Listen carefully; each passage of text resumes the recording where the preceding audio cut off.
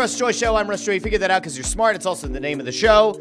And I want to thank everybody who's been offering their kind thoughts, whether it was on YouTube or in a Twitter DM. The 2-year-old is home sick with me today, which he's on the come up, but my wife went back to work today, so it's just me and the little dude. And for whatever reason, he usually naps around noon. About 25 minutes ago, he looked at me and told me he wanted to take a nap. And I said, all right, are you sure? And he looked up at me and he said, Dad, I'm sure. Go do the Russ Joy Show. And I said, are you sure, son? Because you're only 2 and your words really aren't that clear. Are you sure? He said, Dad, if you don't do the Russ Joy Show, where's Ford going to continue to bombard the comments section with a comment that wasn't pulled up on the screen 25 minutes ago and do it throughout the entire program? I said, you know what, son? It's a great point. So we're here. We're here at least until he gets up or we get to the end of the show. Now, if he starts crying in his crib, I love and appreciate all of you, but I love him more. So as long as he stays down, we have a full show today. That includes things around the Eagles. We have some media backtracking. We have some news and notes. We have some really great stuff going on. Some great audio from Big Play Slay about Saquon Barkley. We'll get there. Jeff Saturday weighed in on him. Emmanuel Acho said something stupid again. Bill Colarulo had a good point over on 97.5 The Fanatic, which we'll shout out. Seth Joyner had a really good point over on 94 WIP. We'll get there as well. The Flyers have raised season ticket prices. You may be surprised by my reaction. Oh, and by the way, the Sixers last night, which I might show a little bit of love to off the start of the show if I'm allowed to, which it's my show, so I will. The Sixers had one hell of a win against the Los Angeles Lakers in Philadelphia last night. Tyrese Maxey extends his streak of 27 points or more scored in 11 straight games. 11 straight games. Now, you might be sitting back and wondering to yourself, Russ, don't the people keep saying the Sixers are dead? Aren't the Sixers DED dead? They're 9 games under 500, Russ. Aren't they dead? Not yet. Not yet. There's that old song, still alive, but I'm barely breathing. That's Tyrese Maxey right now. He's still alive. That team is barely breathing, but he's going to continue to breathe life into that team. Now, we're not going to totally get into this little tidbit, but Brian Windhorst had something really interesting to say about Jimmy Butler and about how there's this tug of war right now between Pat Riley and Jimmy Butler, and Butler's been suspended now 3 times by the Heat. 3 different times by the Heat for various different things. Butler never wants to play in Miami again. Pat Riley thought that he'd be able to leverage Butler. Butler doesn't care if he doesn't get paid, so you're at a bit of an impasse. And Brian Windhorst said on ESPN, I believe yesterday, that there is going to be a team that is going to get Jimmy Butler for a relatively reasonable, cheap price, which then, of course, got some rumor mongers kind of spinning. And they're like, okay, hold on a second. Does that mean Jimmy Butler's coming home to Philadelphia? Now, I forget which show it was on. It was on another national show. Who was it? It was the show that Jay Adonde hosts, and his co-host is the one who kind of threw it out there, but said, Joel Embiid has long been pushing to reacquire Jimmy Butler. In theory, it would have to be like a Paul George for Jimmy Butler swap to make the money at least close, but that Paul George had been offered an assurance by the Sixers when he signed his deal that they wouldn't deal him in year 1. Well, they're obviously not going to trade Tyrese Maxey. They're obviously not going to trade Joel Embiid for Jimmy Butler. It remains to be seen what will happen. I am fascinated, however. I mean, we liked when Jimmy Butler was here, but I have to remind people, because I see Reed DeFord over here saying, come home, Jimmy. I want to remind everybody that a big reason that the Sixers didn't give Jimmy Butler the contract that he wanted after they acquired him, well, one was due in part to the fact that he wanted to dominate the ball, and they had Ben Simmons, and Brett Brown and Jimmy Butler might not have gotten along particularly well. But the other reason is because they didn't want to give him a long contract. They were worried about those last 2-3 years at a max salary and how Jimmy Butler's body was going to, and how his game over time was going to potentially regress. So they didn't make that move at the time. If you go out and you acquire Jimmy Butler now, you're doing so at a high price. You're going to have to trade some sort of assets.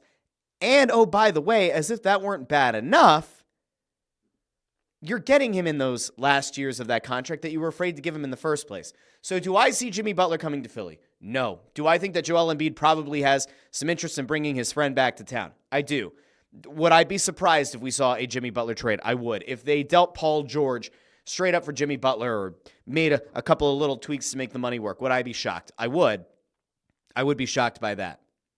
But then again, if you're Daryl Morey and there are the rumblings going on about Bob Myers, the guy who built the Warriors dynasty, there are rumblings. Bill Simmons on the Ringer Podcast Network. He said, and I think I brought this up on Monday's show, or maybe last week, but there are people in league circles who believe that Josh Harris and Bob Myers had a good relationship from when they were working together on the Commanders. Myers was brought in an advisory role in a hiring process.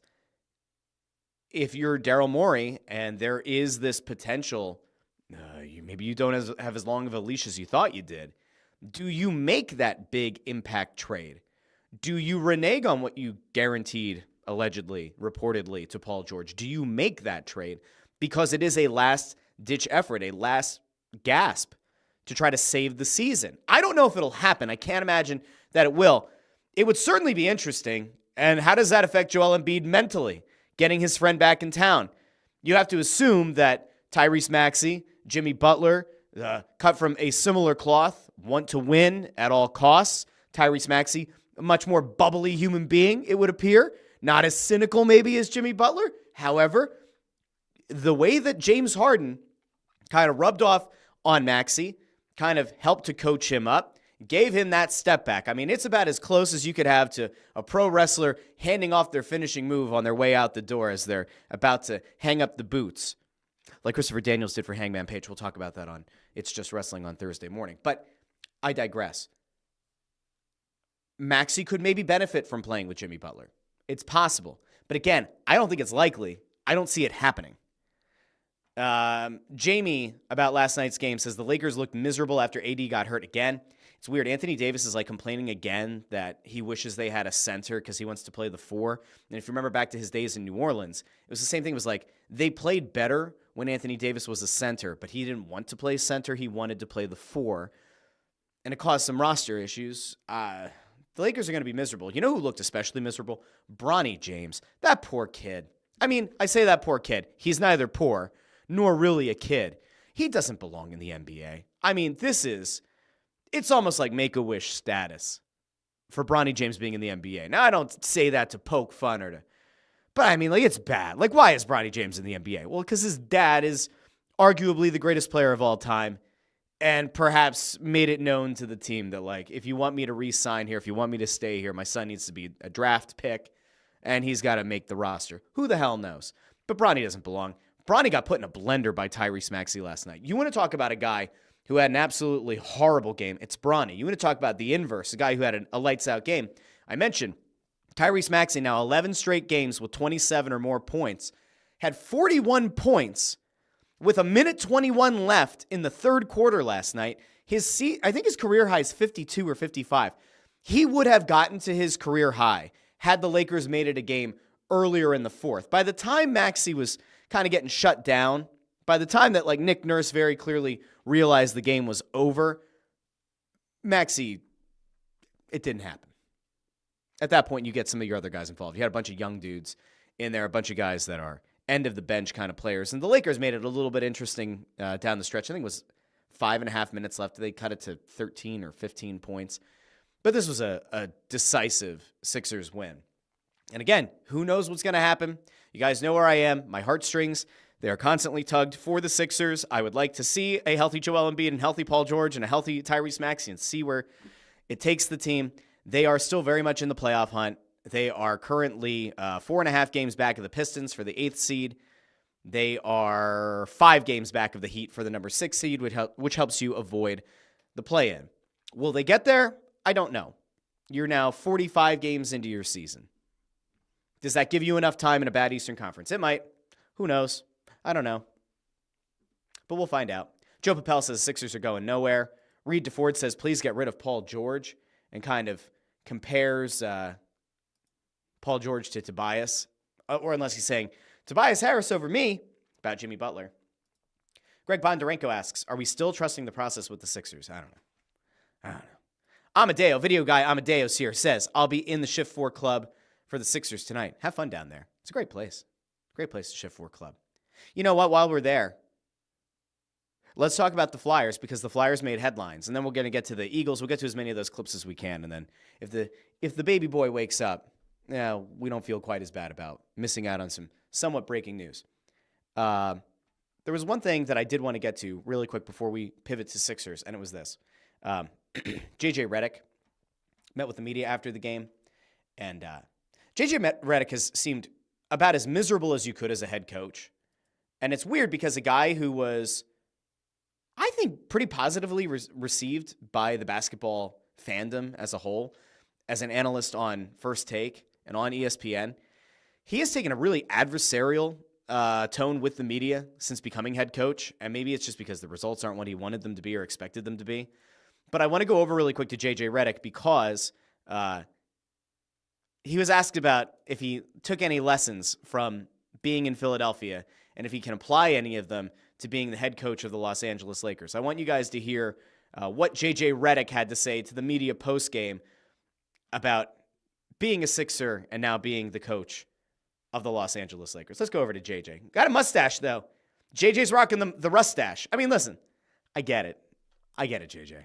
I get it. I do. All right, here we go. You look back on your time here as a player, are there any philosophies, just takeaways from that time in your playing career that you feel like has influenced your early coaching career? Is anything that... Yeah, if you can play in Philly, you can coach the Lakers. That was it. That was the quote. And then he kind of stares off in the distance for a few seconds. I just wanted to cut it off there. But if you can play in Philly, you could coach the Lakers. Make of that what you will. He doesn't seem happy. I don't think it's going the way that he wanted it to. A blowout loss last night, not ideal. Now, Lakers are in playoff contention. But again, he's just seemed miserable all year. I don't know if he had expectations that they were going to be at the top of the West. I don't know if he had expectations that they were going to be the number 2 seed, if they thought that there was a legitimate chance to be at or near the number 1 seed in the conference. But they're kind of in the mix of the West is a little bit clumped together as well. If you look at the Lakers at number 5 and you go all the way down to let's say the Warriors at number 11, the split between those teams is about 3.5 games. So both conferences have an absolute ton of parity, which is interesting. And now I can transition back to parity because it doesn't just exist in the NBA. It also exists in the NHL. And there's something that the Flyers made headlines for. And I'm actually going to go to the great writing of my friend Anthony Sanfilippo over at On Pattison because this pissed off a lot of people, and it's not a shock, but my reaction to it might be a shock to you. This is why you tune in for the unfiltered real takes. Now, let's throw this up on the screen really quick because the Flyers decided that for the first time in 6 years, they're going to raise season ticket prices. Now, this might be upsetting to you. I don't know where your mind is at. I don't know where your mentality is at. But there are people who are upset about the season ticket prices going up. And the reaction has not gone the way that I think Comcast Spectacor wanted it to go. And, Anthony leads here that the last time the Flyers raised season ticket prices, Trump was president the first time. The COVID hadn't happened. Gabe Kapler was still the manager of the Phillies. This Is America won the Grammy Award for the Record of the Year. It's been a long time. He goes on here to explain about how the Flyers did the $450 million upgrade to Wells Fargo Center, which, in fairness, a lot of that was presumably to try to get the Sixers to want to remain in place, to get the Sixers to remain at Wells Fargo Center. Give a nicer facility, perhaps they more strongly consider staying here. Now, there's another thing that can go here, but let's see if I can get this pulled up in a little bit clearer of a way. I think I can. So this is Dan Hilferty's address to season ticket holders, and let's see. There we go. All right. So I'm not going to read the whole thing, okay? But Hilferty does the smart thing. Kind of builds people up, builds up the idea of building something special, talking about established vets, Couturier, Lawton, Konechny, Sanheim, all guys that you would expect them to include because it's the leadership core. Now, again, Scott Lawton, why is he still here? Probably trade him, would be fair. Okay, fine. But he's outlined. He's one of the players, one of the veterans on the team. Fine. Sanheim viewed as a very good locker room guy. Great. Then the young talent, Mishkov, York, Forster, Cates, Bobby Brink, who's notable by their absence. Owen Tippett. They just gave him a massive contract. Does that mean they've soured on Owen Tippett? I don't think so. Interesting, Noah Cates' inclusion there. That is likely due in part to very strong play of late. Okay. You guys can let me know in the comments if there's anybody that you think should have been there. But they talk about the new era of Orange. Thank you for your patience, loyalty, sticking with us through thick and thin. And then this is the part that you come back to. And this is the thing that, among all the other things that are going on around the team, this is the thing that I've been pretty consistent about. The trying to remain transparent from an organizational standpoint about what's going on. They kind of hit on it here. We also promised to keep the lines of communication with leadership open and clear. So I want you to hear this from me directly. Looking ahead to 2025-26, your average ticket price will increase by $3 per game. The decision to increase season ticket prices for the first time in 6 years was not made lightly, but it is a necessary step to ensure that we can continue building a team that you are proud to support and enhancing your game day experience. And then goes on to explain where people can find this information. Now, this obviously did not go over well with a lot of season ticket holders, and in fairness, Anthony outlined a lot of them in his story, where you get people who are pissed off because they think the timing is horrible, and the fact that the team, once again, is kind of in that middle. Russ Joy here, resident, soothsayer, continues to say it doesn't really feel like a rebuild, has noted the fact that Briere, Jones, they're really not calling it a rebuild. They're also not calling it a retool. They're not really putting a label on it. It's like when you're kind of dating somebody in the very beginning and you're not exactly sure, so you don't want to say girlfriend or boyfriend. They're your friend. You don't want to put a label on it, which is sometimes a red flag. I would consider that a red flag. If you're in a relationship and in your mind, you're together, and then you hear the other person say, oh, well, we don't really have a name for it. Don't want to put a label on it. That's a red flag. That's a run the other way. Now, I'm not saying that's what this is with the Flyers. However, a little bit of a concern. And by the way, I had somebody in one of the comments on one of the videos on the channel say, why don't you voice this to the Flyers themselves? But my thoughts about the rebuild. I have. I certainly have. I have made it known that I think that their best path to getting elite talent is by getting it high in the draft. But you know who doesn't have to listen to me? The Flyers. I digress. We're going to come back around. Now, why did I say that you might be surprised with how I feel? Because I typically am very consumer friendly. I'm usually very fan friendly. And so you might expect me to come on this show, on my show, and say the Flyers are horrible people for increasing season ticket prices. No, I can't do it. I try to be as fair as I can on this show. I don't blame the Flyers for raising season ticket prices. I don't have a lot of sympathy for season ticket holders who are going to see their tickets go up by $3 a ticket. Now, within Anthony's story, he does note that on ice level, like on the ice row, the glass row, it's going to go up $52 a ticket. Woof. I might feel bad for those people. But here's where I come back to, okay? And I have to be really fair here. If you have the money to invest in season tickets, it's hard for me to then feel sympathy for you when your prices go up. It's the first time in 6 years. Now, I could make the argument that the team has been largely stuck in a quagmire of mediocrity for a decade. And in fairness, I would be very right about that. Not everybody would want to accept that, but it is true. And this team is very much on a collision course right now with hockey purgatory in the first round of the draft again. It could change. I have no clue.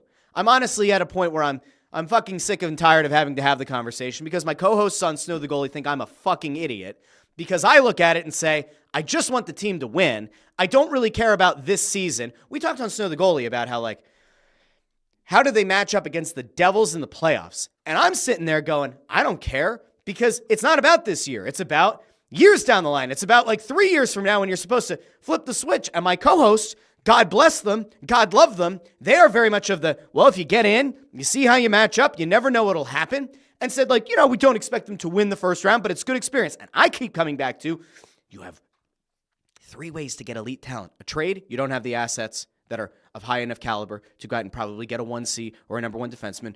The draft, which you very clearly are not bottoming out for, so you're just going to hope and pray, cross your fingers and your tootsie toes for lottery luck. That's fine. That's probably the most viable method. And the third would be a free agent signing, which they are nowhere close to. They have some dead money coming off the books, some retained money coming off the books after this year. But like the only way that they really have a chance to move forward, the only chance they have to move forward and get that elite talent is through the draft. And I don't think it's that complicated. My co-hosts and I disagree, and that's fine. And there are people within the organization who disagree, and that's fine. But I'm allowed to tell you how I feel. And I'm certainly allowed to tell you if I think they are going astray. But in the case of season tickets, I don't think they're wrong. 6 years is a long time to go without raising the price on season tickets. The second that they drafted Matvei Mishkov, they could have said, you know what? We don't know when he's going to come over, but we're going to raise the ticket prices right away. I mean, they can't do it by the draft, but they could have prior to last year been like, yeah, you know what? It's time. Or prior to this season, been like, yeah, you know what? We're going to raise season ticket prices. We think that things are going to start to turn the corner. We're not going to say that to the public, but we think that we're not as far away as they might think we are. Whatever the case is. I don't blame them for raising season ticket prices. Anthony mentions in his story, that while a lot of NHL teams don't make it publicly available, the belief is that the Flyers are in the midst of the longest streak in the NHL, or one of the longest streaks without raising season ticket prices. They certainly are the team in Philadelphia that has had the longest streak of not raising season ticket prices. Now, I get it. There are people who are upset. And if it were me and I had the money to buy the season tickets and it was in my family for 15, 18 years and I'm barely scraping by enough to be able to afford the tickets at their current rate, I feel bad for those people. At the same time, if you're scraping to try to find at the bottom of the barrel the last dollar to be able to afford the tickets, I'd probably say there are better ways to invest your money. Perhaps a partial season ticket package makes a little bit more sense. The people I never feel bad for, and I see these people, and they piss me off to no end. I see them on Twitter all the time. The season ticket holders who go on to Twitter at the start of the season. Hey guys, I re-upped my season tickets again. If there's any games that you really want, I expect these are the matchups people are going to be the most interested in. Reach out. I'm happy to sell them to you. Why the fuck did you buy season tickets? If your whole point is to buy them to sell them, why are you buying them? To turn a profit? To try to make back some of them? Like, what are you doing? And it's not a team that's a cup contender, so it's not like you're going to get to a point halfway through the season where people are going to pay 2, 3, 4x over what they can get on the secondary market or just get straight from the team to buy those tickets. I don't feel bad for those people. I don't feel bad for the people who say, oh, well, I have my tickets and I went to sell them and I'm having a really hard time selling them because people could get them for cheaper on the secondary market. Again, that's your fault. You chose to invest in a team that isn't ready to compete right now. Don't blame everyone else for your problem. It's a self-inflicted problem. If this were a Fletcher team where Fletcher kind of goes out and says, well, we think that we're a piece away. We're getting back Cam Atkinson. We're getting back Sean Couturier like he did in his last year. And we're going to get these guys back. And I think we're actually a lot closer to being a playoff team. Fine. If you somehow bought that bullshit and then you re-upped your season tickets, bad call on your part. You probably weren't listening to Snow the Goalie at the time. Again, bless your heart. I'd feel bad for you if you were one of those people.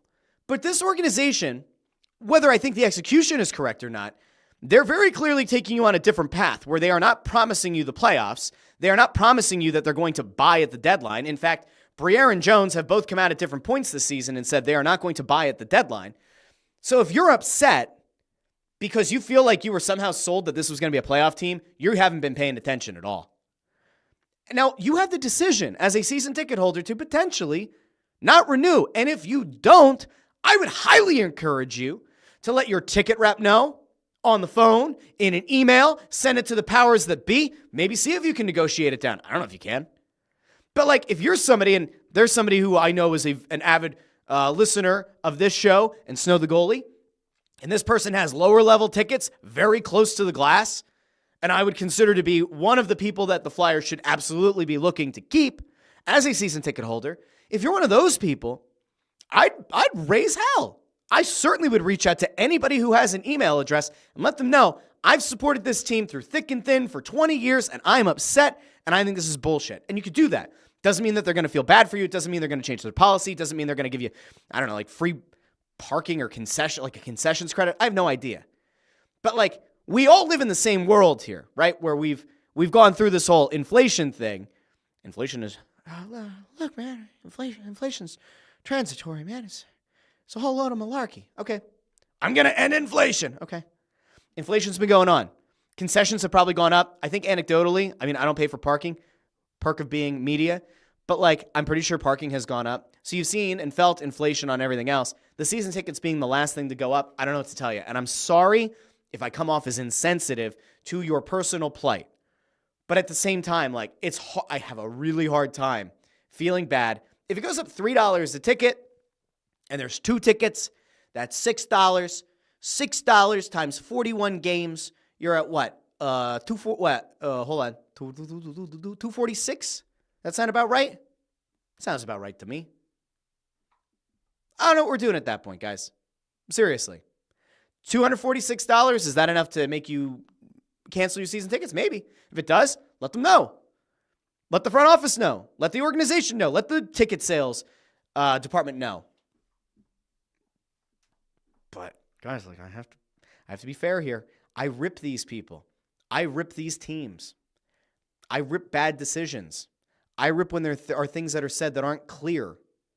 I'm also man enough, and I did this last week. I'll pull back the curtain a little bit. Last Wednesday, I assessed a press conference, and I upset some people, and I heard about it. And then I had a call, and then I offered on Friday a point of clarification on last Friday's show, about an answer that I thought was a little bit vague, my interpretation of it, the interpretation of many, many people. And then I went and I said, all right, here, man enough, going to give you some insight. I got a little bit more, and I think this is what was being implied instead of what everybody seemed to walk away believing. I'm going to continue to do that, all right? I have to report. I have to react to what I hear, whether it's clear or not. I have to continue to be honest and transparent with the people who watch this show or who watch Snow the Goalie or listen to either show. I'm critical when it's fair to be critical. And in this case, I don't think it's fair to be critical of the organization for upping season ticket prices since they haven't done it in 6 years. I call it as I see it. You can agree, you can disagree. All of you know where to find me. You can find me in DMs. You can find the show. My email is like public knowledge. Any of you season ticket holders who are upset, by all means, you can reach out to me. Let me know that I'm a jackass, and I'm totally fine with it. We'll have a chat. If you're going to go to the Flyers game on Thursday night, I'll be up in the balcony level by the organ. We can have a chitty chat up in the, all the way up at the Press Row Show setup. Happy to have a conversation. And if I'm wrong, I'll admit I'm wrong. And if I'm right, believe me, I'll tell you that I was right. All right, I want to go back over here. Allison says, the fact the Flyers haven't done it in 6 years is shocking. I was surprised. I was. I knew that when Hilferty took over, it was a thing that they weren't going to raise season tickets. I did know that. I had assumed that under the Dave Scott regime, they had been raising season ticket prices. Now, Greg Bondarenko says the same thing. 6 years is a long time without a raise for prices in any sports franchise.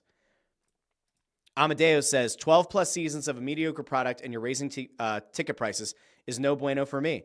Again, you can certainly, and Amadeo and I, we can go back and forth. But, like, you can reach out. Let them know that you're upset about it. And by the way, I don't think the on-ice product has changed that much. I mean, it's very much still are they a bubble team? Are they going to end up in the lottery team? Nothing has really changed in 10 years. The ceiling of the team has changed over the years, but, like, the ultimate result really hasn't. Allison says, I really don't have an opinion because I don't live in Philly, and the last time I saw the Flyers play in Philly was April 2013. So I would give anything to be able to get back to Philly to see a game. Allison, I'm sure you will at some point. Joe Papel says, I don't care how long it's been. Play has gone from awful to mediocrity at best. The rebuild hasn't acquired a 1C, a 1D, nor a reliable number one goaltender. Only 2 guys that are keepers are Konechny and Mishkov. You can include that in your letter. I mean, truly. And I don't think you're wrong. I don't think that you're wrong about the play and about, like, the elite talent. Like, they don't have a lot of it. I also don't think that they've been trying to sell you on the idea that they're a playoff team. They might hint that they're okay and open to it, but they didn't guarantee you the playoffs. Landro says, the money has to come from somewhere. How else do you pay for Ellis, Johansson, D'Angelo, Cam Atkinson, and Kevin Hayes, and the other guys don't play for the Flyers? Look, there's an optics thing here, and we have to be really, really, fair about this, and I don't know how much of it plays into it, but the optics of this are a couple of weeks ago, the Flyers and Sixers announced that there's going to be a new arena.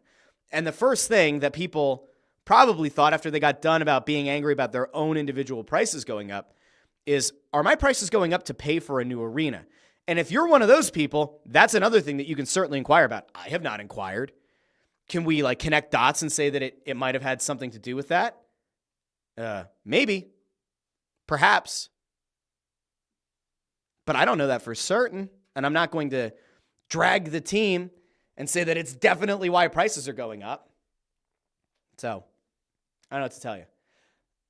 Linda Joseph says, if they are listening, or if they're listing that group, I think he means of those players, to soften the blow of a price increase, I get why people are upset. I mean, that's fair. That's fair. Ant DeGrazia says they are not going the draft route. They have $30+ million in cap space in 26-27. They don't need the draft. I totally disagree with that. What the fuck are we doing? If you're, I can't. You don't have the choice.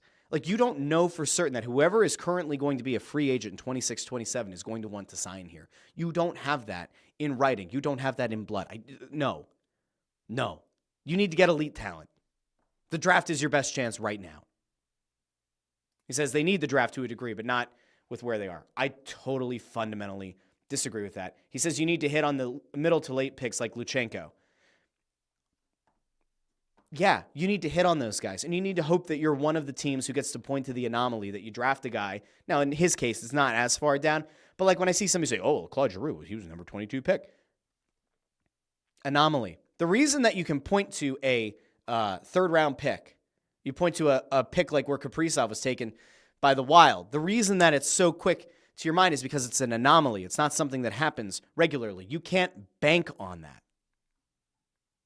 Greg Bondarenko says, when I was living in PA, I had season tickets and I felt like the sales team, all they wanted was to keep taking money from my pockets. Well, that's unfortunate. Joe Papel says, additional $880 per year for more hockey purgatory, Russ. Joe, you're a wonderful person. You don't need to re-up those tickets if you don't want to. And I would probably use that figure because that's disgusting. $880. I would probably, I'd have a conversation. I'd have an email. And I'd be very vocal. Ammo23 says, it's been 6 years and my prices have gone up $7, so it makes up for the other years, $1 a year. Greg Bondarenko asks Allison if she ever has the chance to visit when the Flyers are in Texas. Good question. Joe Papel says, in lieu of going for elite talent, they're burying us in hockey purgatory. Why pay for 2 more years of mediocre in purgatory? You don't have to. Sunken costs shouldn't factor into future expenditures. Don't know what to tell you. Landro says, Russ, you are not wrong. I get PTSD listening to Anthony and his thoughts on the Flyers. You can make those thoughts known, I guess, whenever we do Press Row Show and Snow the Goalie. I am very much fighting a 2-on-1 battle when it comes to the future of the team and the direction of the team. But I will continue to fight the good fight. I put on Twitter yesterday, one of two things is going to happen with the Flyers. Either I'm going to be right or Ant and Bundy are going to be right. The downside is there's only one scenario where we all end up right or we all end up wrong, and I just don't foresee it. But we'll find out. Let's see. And by the way, the breakdown, I saw an Ant's thing. 46% of season ticket holders have seats in the 200 level, where tickets are going to go up. I think it was from $2 to $7 per ticket. They were coming out to that average of $3 or whatever it was. It's not a massive increase on the people in the 200 level. But yes, 46% of the season ticket holders are up there. Let's see. Nickbot says, I wish I could afford season tickets. That's why I think a lot of times when you see season ticket holders airing their gripes on Twitter, you don't necessarily see a lot of people taking their side. In fairness, I think that's why. Because not everybody can afford them. Some people, it's hard to afford to take a family to one game a year. And those people, they're not going to feel bad for you. They're not going to feel bad for it. And even in the case of Joe, $880 increase for his season tickets. somebody who has a hard time affording to go to one game, it's a whole other thing. I've been very vocal about this. I think hockey's too expensive to go to. I think it's too expensive at the youth level to participate. I think it's way too expensive to go to a game. Even when the team is bad, the prices I don't think are always the best or most affordable.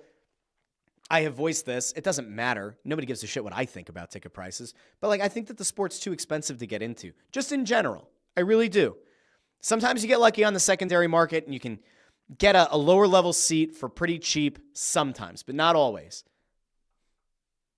It's a little bit worrisome, I guess. Let's see. CMZ says, my uncle's a season ticket holder since 2002. He immediately canceled. Good God. Woof. Amadeo says, the last center the Flyers drafted that turned into a top 6 player was Couturier. That was a very long time ago. Coots came in at 18. He's not 18 anymore. That's been a long time. But they're very high on Jetlachenko. We'll see if they're right. We will see if they're right. I'm not sure, but then we'll see if they're right. We'll see if they're right.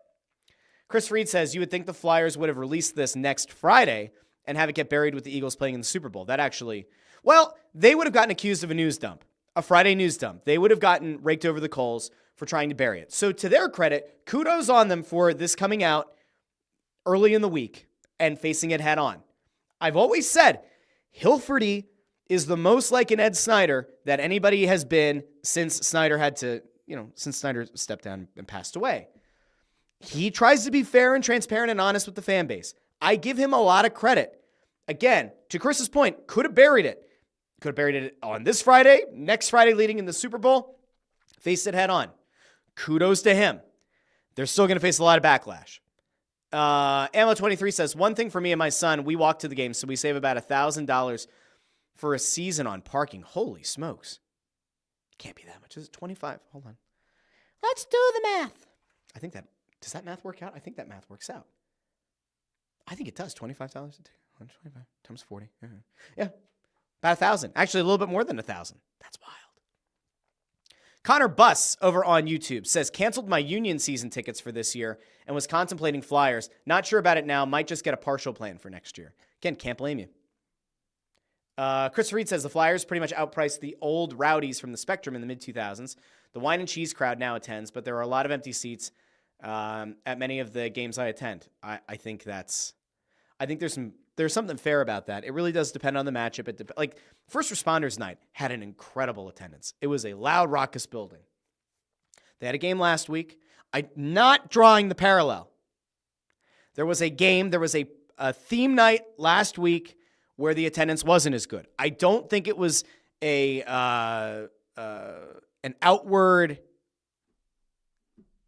display against the theme night from the week before.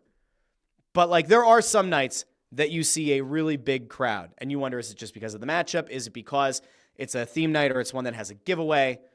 Anyway, there have been some really raucous crowds down at Wells Fargo Center this season. And then there have been some that have had quite a few empty seats.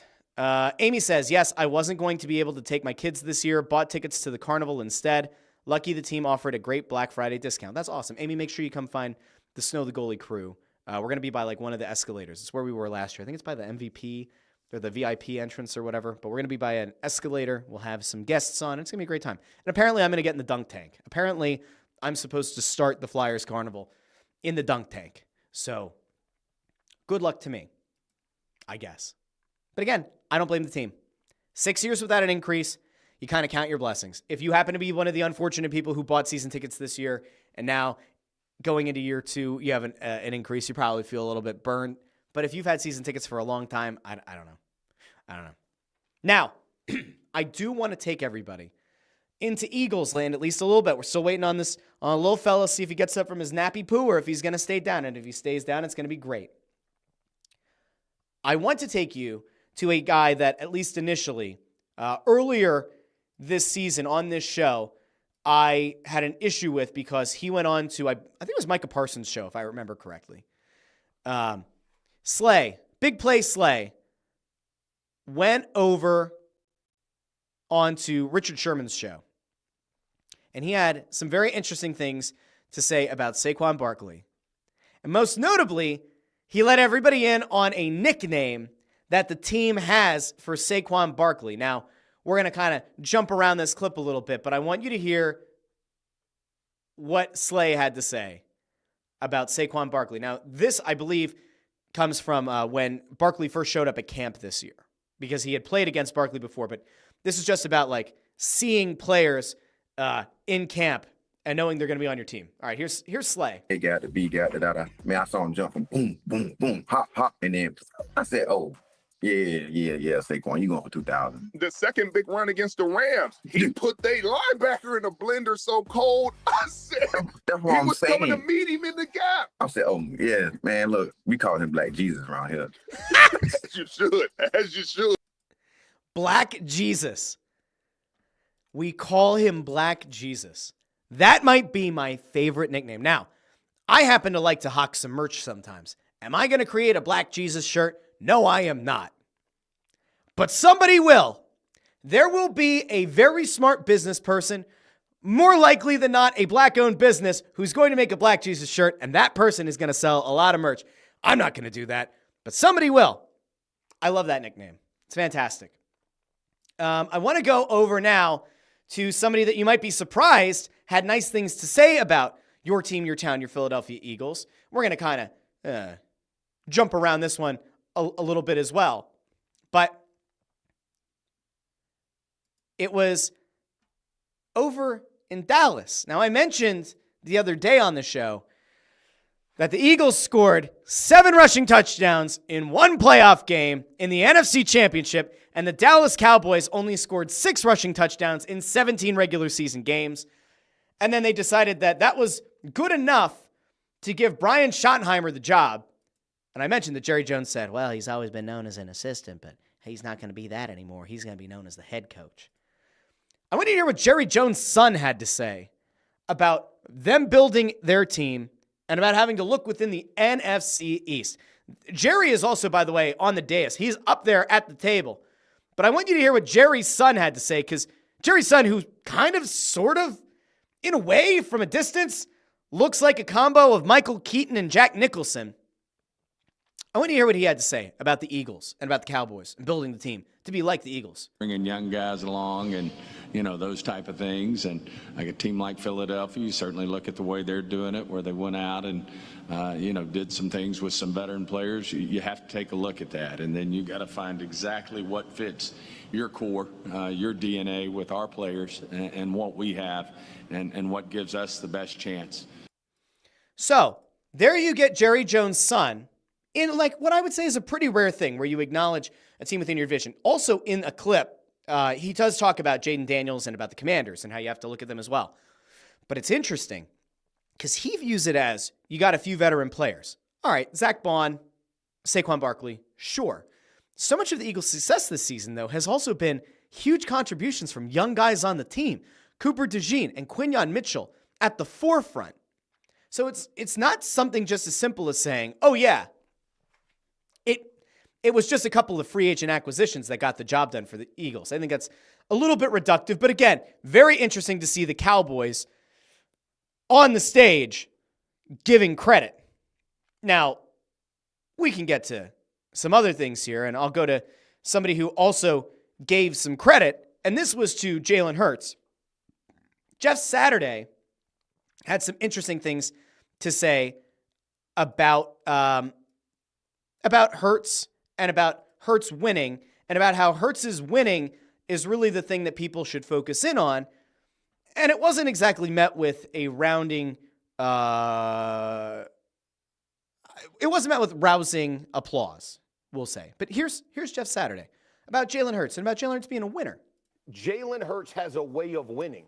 You have it should be appreciated instead of criticized because he's not the same as other people. I agree with the part about the criticism, but Shannon, what if what you're doing is saying, we're not criticizing you, what we're saying is to beat that dude, Mahomes. You got to do more. You look, the same Jalen Hurts that we're talking about, that we're revering at this particular moment in time.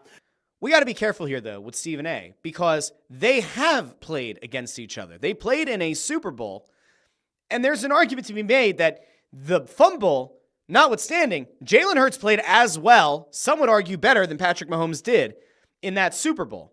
For getting to his second Super Bowl, went to one before. Yeah. What happened? He played well. He balled. Okay, there we go. Lost. Right. Give him some Because credit. the That's other dude was on that side. So let me ask you this. They go to the Super Bowl this year, Yep. Here and we he go. throws for 68 yards, and they win the Super Bowl. Do you think people, now I'm being not you, Sure. but other people will be like, oh, yeah, he just rode Saquon Barkley. He didn't deserve to win the Super Bowl. 100%. 100%. Yeah, that's fair. But that's my problem. That also would be the minority, though. Most people No, would look at that would not be the minority. And that's where I disagree. That's where I'm going to cut it off. Saturday's right. If Hurts goes out and doesn't put up 250 through the air, there are going to be people who say, and the Eagles go on to win, there are going to be a lot of people who are going to say, well, Hurts just got carried to the Super Bowl win again. That he got carried through another game that was built on the back of Saquon Barkley. There are a lot of people who are going to say it. There are, unfortunately, are going to be people in this city who talk into a microphone who are going to say the same thing. And in the summer, when things really start to die off because the Phillies are disappointing us again, there are going to be myriad conversations about whether or not Jalen Hurts is a franchise quarterback. Regardless of if he wins or loses the Super Bowl this year, I think everybody who's being fair knows that is the truth. Now, I'm going to flip this, though, to somebody who had a positive thing to say. Saturday had a positive thing there. Seth Joyner was over on WIP, and Seth Joyner has all of a sudden become an oracle, we'll say, and a real truth teller when it comes to Jalen Hurts and this Eagles team. Now, of course, Seth Joyner, big proponent of running the ball and strong, hard-nosed defense, so it should come as no surprise that he likes this team. But let's go over to Seth really quick here, because Seth had something interesting to say about Jalen. A lot of people don't give Jalen Hurts a lot of credit for. You keep hearing, oh, he can't read defenses, he can't do that. What people don't realize is that 85% of the success that the Eagles have on the offensive side of the ball is done at the line of scrimmage by Jalen Hurts while he's checking. Every single play. Probably every single play. I mean, when I'm looking at the NFL, and people don't, when you're typecast in a certain role in a lot of ways, oh, he's a running quarterback. He's carried by the offensive line and this running back. The personnel around him. Yes, people begin to lose sight of really what the hell they're looking at. Agreed. But when you have an eye to watch the game and you're watching the little small details of the game, and I'm watching him at the line of scrimmage, when Saquon Barkley, last week before he rips off the 78-yarder is having that conversation, he's asking Jalen, am I lined up right? Yeah. What are we doing here? Okay? And people are not. That goes back to the clip against the Rams, where it was interpreted as him saying, watch this. Then Hurts and Barkley kind of alluded to the fact that he might have been asking if he was on the correct side or not. If you just look at the first play of the game, the first touch the Eagles had on offense against the Commanders, what happens? Jalen Hurts calls something at the line. The offensive line starts kind of signaling, barking things out. You see everyone is locked in on Jalen Hurts. He very clearly, I think, changes the play or confirms whatever they expected the defense to show. And Saquon Barkley makes an incredible individual effort. So I'm not taking away from Saquon Barkley, but there is an adjustment made at the line prior to that snap that seemingly set that play up. And it's not a play the Eagles run a lot, that outside pitch. And Saquon Barkley goes and he does the spinorama and he breaks tackles and he finds his way to the end zone. But that to me looked very similar to what Hurts did at the line prior to Saquon busting one against the Rams. I think Seth Joyner's right. I think that there is a lot that Hurts does that people just don't see or are aware of. And I think he's right. He has to be. The quarterback is the most important position in all of sports. You can argue maybe goalie in the NHL, but the quarterback position in the NFL is the most important. This guy continues to lead your team to wins. It doesn't matter to him if he's throwing for 250 or if he's throwing for 150 or he's throwing for 115. If the team is winning, that's what you're supposed to care about as a fan. And yet, we have a whole bunch of pee pants people who just can't wrap their heads around it. They can't. They won't. They almost choose to intentionally contradict themselves. We want a winner. He gives you a winner. Yeah, but he doesn't do it the way that I want him to. Oh boy. Now, I have two last things. Sun is still down. All right, I'm feeling okay. I think we're going to get to the last two things. Way back when, I don't remember what the take was, but I went to a Bill Colarulo clip from over on 97.5 The Fanatic, and I disagreed with him. But in this case, he made a case that I kind of sort of tried to make on this show, I don't know, like a week or two ago. It doesn't mean that he's stealing the idea. I love when the radio people accuse the other stations of stealing their ideas. No. This is just a very basic conversation.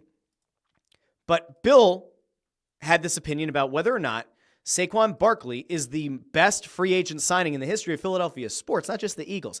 I had the question about whether or not Saquon was the best free agent acquisition in Eagles history, or at least how does he stack up to T.O.? Because a lot of people view Terrell Owens as being the best or most impactful single-year acquisition. Let's hear what Bill had to say, because Bill seems to believe Saquon is the guy. He's done this season with 7 60-yard touchdown runs. That's the equivalent of Bryce Harper hitting 70 home runs. Ooh. You don't see this. We've never seen a player in NFL history have 7 60-yard touchdown runs. Jim Brown and Adrian Peterson had 4. Like, this is the equivalent of Saquon Barkley breaking Barry Bonds' home run record, what he did. To hit a home run as many times as Saquon has hit, you just don't see this in the modern NFL. I think you Not lost even me in there.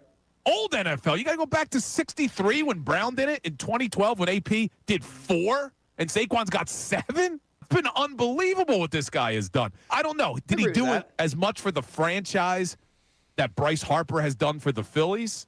Maybe not when you look at it as a whole. But free agent signing and then the immediate return on investment with what he's done this season, I think Saquon's got to be at the top. Oh, see, I'm willing to put my neck on the line. Let me take a sip of water because I can feel the hot take building, but it's not a hot take if it's the right take. Saquon Barkley has already been more impactful to the Philadelphia Eagles franchise than Bryce Harper has been in years. Certainly more impactful than the first year of Bryce Harper. Saquon Barkley has largely taken this team, and in tandem with Jalen Hurts, has put this team on his back, on his legs. He can squat a lot. He's put this team in contention to win a Super Bowl. He has broken massive play after massive play. He gets you tough yards. He gets you into the game. Whenever he gets the opportunity, he wears down the defensive line. And that offensive line deserves a hell of a lot of credit because you can't do it without a great line in front of you. But Saquon Barkley, in large part, if this team doesn't have Saquon Barkley, are they playing in the Super Bowl? I'm not so sure. If Saquon Barkley isn't on this team, do the Eagles win every game except that Commanders game where Hurts goes out? Do they win every game from the bye week in week 5? Every single game, other than that one Washington one. Do they win every game from that point on all the way to the Super Bowl without Saquon Barkley? I say probably not. I don't think so. So if the idea is in year 1, what did the player do? Did the player dramatically improve the team and put you in position to win a championship, which is the ultimate goal? Yes. Saquon Barkley has been more impactful for his team than Bryce Harper has been as a Philly. Now, if you want to go even farther, you can point out the fact that some of the guys Bryce Harper has brought to town through free agency, they probably came here because of Bryce Harper, and that got the Phillies to a World Series, and it's given them the opportunity to win the NL East and to make the playoffs. But a lot of those guys have also underwhelmed at points and have been wildly inconsistent, and those bats have gone cold, and the Phillies have gotten eliminated from the playoffs. To this point, Saquon Barkley has been an absolute stud week in and week out, including the regular season and the postseason. This guy does not disappear. This guy shines even brighter when the brightest lights are being shown onto him. More impactful. I don't even think it's close. Not even close. All right, last thing I want to get to is a little bit of news. You know what? I promised you guys I was going to show you this. This will just, I don't know if I want to do this. Emmanuel Acho. Emmanuel Acho, yes, he is still employed over at FS1. Yes, we covered some things that were in a lawsuit that were alleged about him and Joy Taylor. But Emmanuel Acho, who I believe has been pretty critical of the Eagles at points this year, so has Chase Daniel, but Emmanuel Acho has been pretty critical as well. He's now pivoting, and he is now trying to make the case that people who have been criticizing Jalen Hurts are very wrong. So, okay. If you are still critical of Jalen Hurts, then what are you doing? I said what Albert Einstein said. You judge a fish by its ability to climb a tree. It'll live its whole life believing it's stupid. People are judging Jalen Hurts by things other than winning, and that's why everybody has become stupid in that sense. Imagine standing at a pond looking at fishes and saying, climb! Climb already! That's what we look like when we tell Jalen Hurts, throw for 5 touchdowns already. Because Jalen Hurts don't do that. He wins. And he already told you, he only cares about winning. Jalen Hurts has proven he is the second best winner in the National Football League since he entered the National Football League, only second to Patrick Mahomes. I can't continue. There's more. I can't do it. No. I mean, he's right that people shouldn't be criticizing Jalen Hurts because if the ultimate goal is to win, that's what he does. He wins. But I seem to remember Emmanuel Acho and some of the guys at the desk on that show having very critical things to say when Jalen Hurts hasn't put up 200, 250, 300. I'm somehow falling into John Gruden, man. The guy's a winner, man. I love winners. I'll tell you who I love. Guys who fight through adversity, man. I'm talking about guys like Jalen Hurts. Guy goes out, throws for over 200 yards, gets the Eagles to a Super Bowl, man. Rushes for a touchdown. Throws one through the air. Leads the Eagles to 7 rushing touchdowns in a game, man. That's one more than the Cowboys had the entire season, in the regular season in 17 games, man. We love Jalen Hurts. Emmanuel Acho's lost his mind. Absolutely lost his mind. All right, last thing. Because this actually does potentially impact the Eagles. We hope that it doesn't, but Adam Schefter was on 97.5 The Fanatic this morning, and his quote about the New Orleans Saints head coaching job in Kellen Moore, and it being potentially Moore's job to lose, Schefter said, rising day by day, increasing all the time. 48 hours ago, I would have said he's right in it, and I think they haven't made a decision yet, apparently. They haven't finalized any deal to my knowledge. They can't, but it certainly sounds like it's trending Kellen Moore's way. I brought this up on Monday's show. I think Kellen Moore's making a mistake. I think if he takes that Saints job, he's making a significant mistake. It's not because that division's particularly great. It's not. It's a weak division. You can certainly go in there, turn things around, and maybe make the playoffs in your first year as coach. But if I'm Kellen Moore, my focus is now on the Super Bowl, becoming a Super Bowl winning offensive coordinator, and then being able to go into next season and potentially next offseason as either being a one-time Super Bowl champion, maybe two-time Super Bowl appearance, whatever, and have your choice of jobs next offseason. Why are you going for the New Orleans gig? I don't get it. And again, this doesn't mean that he's going to, but I've said this a bunch of times. If I'm Jeffrey Lurie, I'm opening up that checkbook, and I am giving Kellen Moore a raise to not take a job this offseason. Give Jalen Hurts 2 years with the same offensive coordinator. Can we at least do that? You have a good, what appears to be very open window here with this Eagles team. Pay up, get this guy back for another season, give Jalen Hurts some actual consistency at the OC position with this team, and let's see where it goes from there. I'm going to go over here really quick. I just wanted to see if there's anything from the comments that I really wanted to get to. I saw some people with thoughts about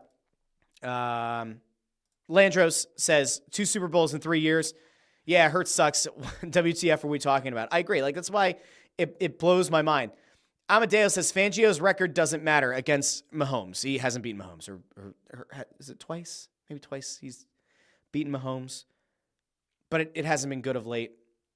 He's never had a defense with the talent that we have to face Mahomes. Let's also think about the teams that he's coached. I agree. Okay. Landro says, without Barkley, they aren't in the Super Bowl. Here's the answer. If you take every team's best player off the team, are they a Super Bowl team? I'll hang up and listen. Yeah, maybe if you take Mahomes off of the Chiefs, they're not in the Super Bowl. I don't think it's crazy. I think you can make the case that Saquon Barkley is the best player on the team, but that Jalen Hurts is vital to the success of the best player and is vital to the success of the team. Now, I will be back on Friday morning with the Russ Joy Show at regular time, 8:30 a.m. I expect that my baby boy here is going to be healthy by Friday. He's actually doing much better today. Just took an early nap. I'll be back 8:30 a.m. If you're a pro wrestling fan, do what a lot of people have been doing of late. Last week's episode, I forgot to promote, and so the number was down. I was kind of bummed, but that's okay. If you're a pro wrestling fan, go find It's Just Wrestling. It's got a really schwanky logo, and you'll see my big 5 head on a lot of the YouTube shorts and over on TikTok and everywhere else. If you're a pro wrestling fan, go join me there. I'll be breaking down all the biggest stuff that happened on SmackDown, Collision. There's something big that happened on Collision. We'll get there. On Monday Night Raw, CM Punk, Cody Rhodes, a face-off. And then whatever happens tonight on Dynamite. I will break all of that down over on It's Just Wrestling. In the meantime, you can find me Thursday night on the Press Row Show, over on the Snow the Goalie channels, and then once again back here Friday morning, 8:30 a.m. on the Russ Joy Show. Until then, this has been the Russ Joy Show, and I've been Russ Joy, but you knew that already because you're smart. And it's also the name of the show. Have a great day, everybody. I'll talk to all of you very, very soon.